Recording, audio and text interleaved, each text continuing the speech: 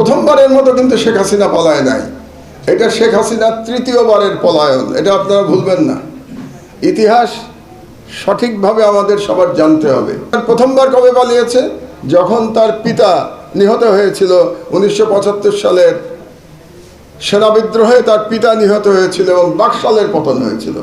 তখন সে বাংলাদেশ থেকে পালিয়ে, সে তখন বিদেশে অবস্থান করছিল, তারপরে সে 6 বছর দিল্লির আশ্রয়ী ছিল। এটা হলো প্রথমবারের পলায়ন। দ্বিতীয়বারের পলায়ন 1/11 পরে। 1/11 পরে যখন সেনাবাহিনী থেকে বলা হলো 2 নেত্রীকে পালিয়ে যেতে, 2 নেত্রীকে বলা হলো আপনাদের দেশ থেকে বের করে দিলে আপনারা বেরিয়ে যাবেন, তাহলে আপনাদের বিরুদ্ধে কোনো মামলা দেওয়া হবে না। শেখ হাসিনা একদিনও দেরি না করে বাংলাদেশ থেকে পালিয়ে গেছিল। এবার সে পালিয়েছে।